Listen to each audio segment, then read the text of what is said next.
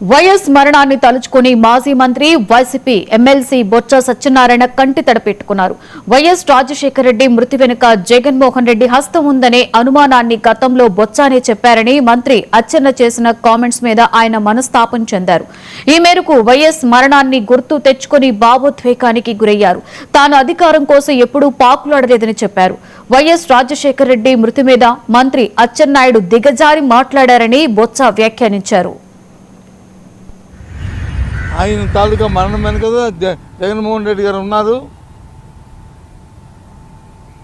ఆ విషయం వచ్చి నేనే ప్రత్యక్షంగా బొత్స సత్యబాబు గారే నాకు చెప్పారని చెప్పి పనికి మాటలు రాదు. ఏంటిది?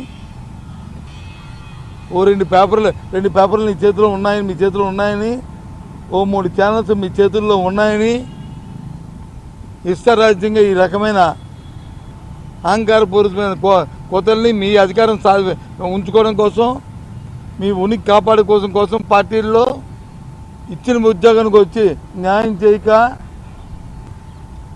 ఆ రైతుల్లో వచ్చి రోడ్డుని పడేసి ఏ పంటకు కూడా గిట్టుబాటు ధర లేక అల్లాడుతుంటే ఒక పక్క వచ్చి రైతులు ఆత్మహత్యలు చేసుకుని ఉంటే అనుకున్నాను అచ్చెన్నాయుడు ఏదో పొడవుగా ఉన్నాడు, ఆయన కొద్దిగా మా మోకాల్లోకి వచ్చా ఇంతవరకు ఆలోచన మందికి విందు అవుతుంది. మోకాళ్ళకి ఇప్పుడు అరికాల్లోకి వచ్చినకుంది ఇవాళ మాటలు చూస్తుంటే.